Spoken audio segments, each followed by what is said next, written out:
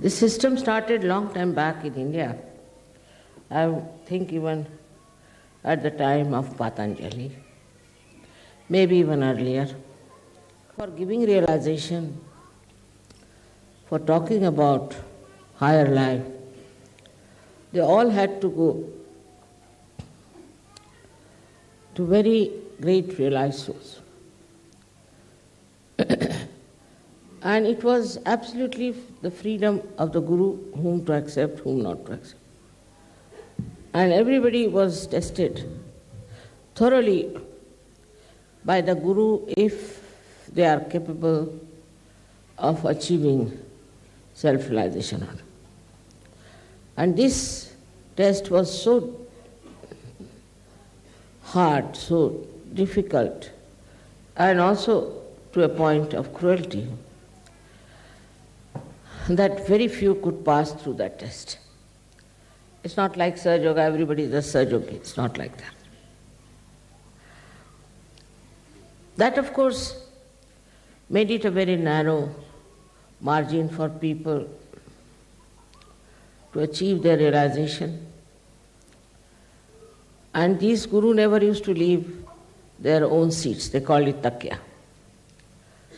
They would be there in their own place. All those who would like to go to him could come. You may go for miles together, nothing. No obligations of the Guru that he should meet you.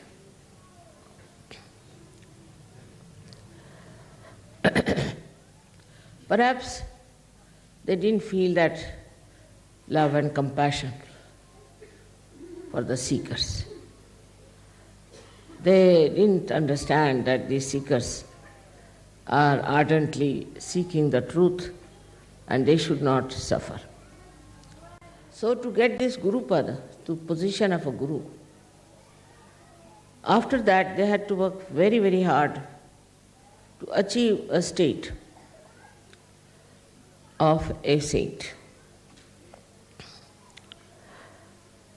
But in Sahaja Yoga that is not the case, as you know. I just thought if people get their realization, they'll see for themselves what's wrong with them. They will introspect themselves and will try to correct themselves. I am supposed to be your Guru. But I feel sometimes that the idea of a Guru is very different from mine. Normally a Guru is a very, very strict person and has no patience of any kind. But as you all have got realization and you are your own Gurus, I don't put that condition on you. I leave it to your freedom. I tell you earnestly, in all the way possible, what I think good for you. But I don't compel.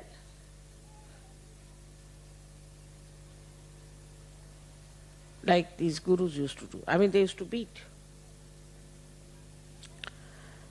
They used to hang them on the well.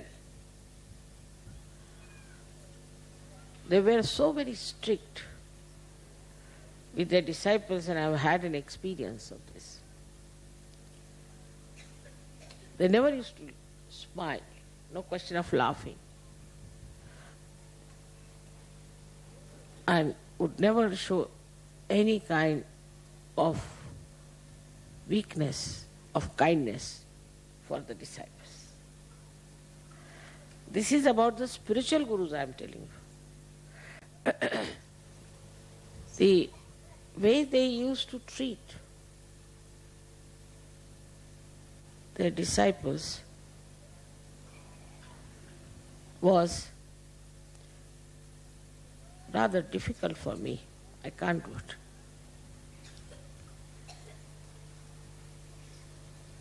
All the time the compassion becomes the tears in my eyes. I find it impossible.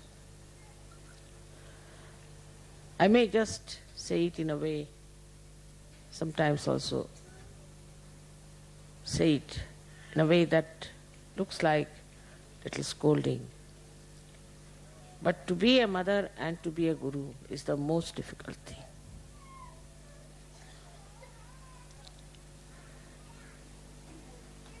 I do not know what comes first.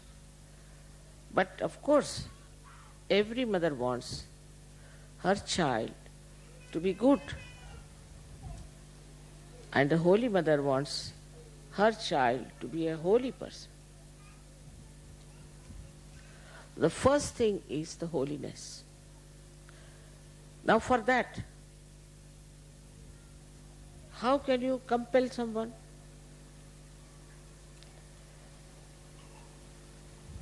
Only thing that makes you understand is this, that if you don't become holy, how will you get your ascent? We have to be holy. What discipline one can put for making a person holy? What can you force? What can you get angry for?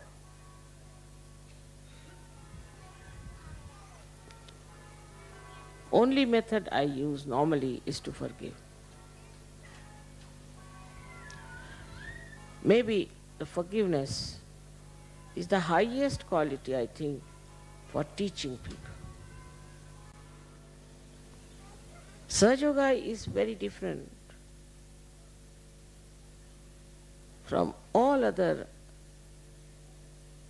gurus, that we believe in the power of love.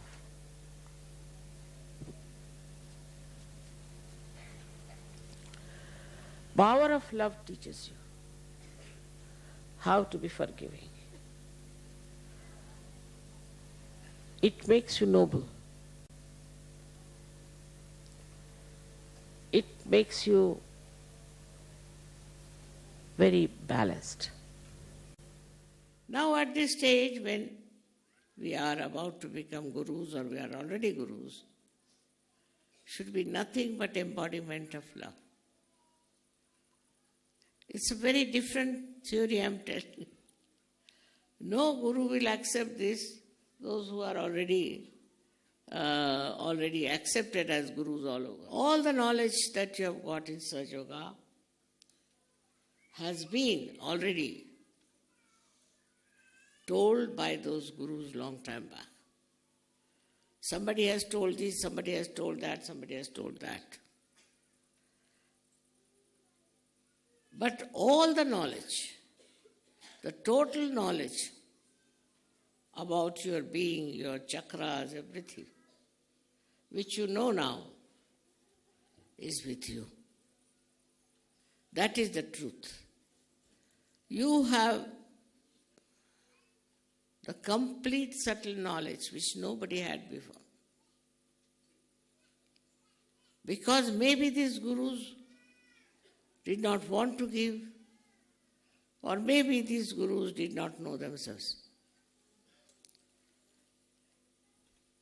All the knowledge of Sahaja Yoga is simple, very subtle, and is real. Now, after having this within you, should not be just mental. It should be spiritual. And to make it spiritual, what have you to do is to love. When you love others, you start working on them. So at the end of the whole thing, I must tell you that when you are a guru, you are also a mother. You have to express yourself like a mother. She's kind, she's gentle, she forgives, she also corrects whenever necessary, but in her own sweet way she corrects. So the correction takes place. It's not that a rebellion starts. So all that wisdom of a mother is within you, is already there, so please try to use. I am sure it will all work out, and as it is, we are a very beautiful group of people who are something out of the blue, who are so much in peace and in joy together. May God bless you all.